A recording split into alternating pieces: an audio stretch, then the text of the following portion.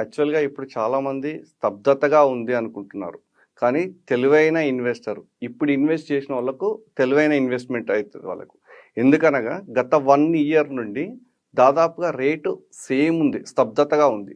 ఆ 1 year rate ఇప్పుడే దొరుకుతున్నప్పుడు మనం ఇప్పుడు గనక ఇన్వెస్ట్ చేస్తే రాబోయే 1 మంత్, 2 మంత్స్‌లో ట్రిపుల్ ఆర్ లాంచ్ కాబోతుంది. ఒకసారి ట్రిపుల్ ఆర్ లాంచ్ అయిన తర్వాత రేట్స్ అన్నీ హైక్ అయితుంటాయి.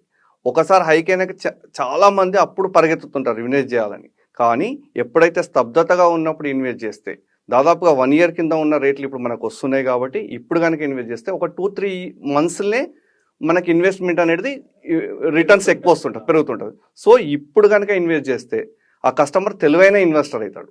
ఇన్ని రోజులు ఆగినందుకు ఈ స్తబ్దత ఉన్నప్పుడే మనం ఇన్వెస్ట్ చేయడం మంచి ఆలోచన. అనువైన స్థలం, అందమైన గృహం, ప్రశాంతమైన జీవితం మా స్వప్నం.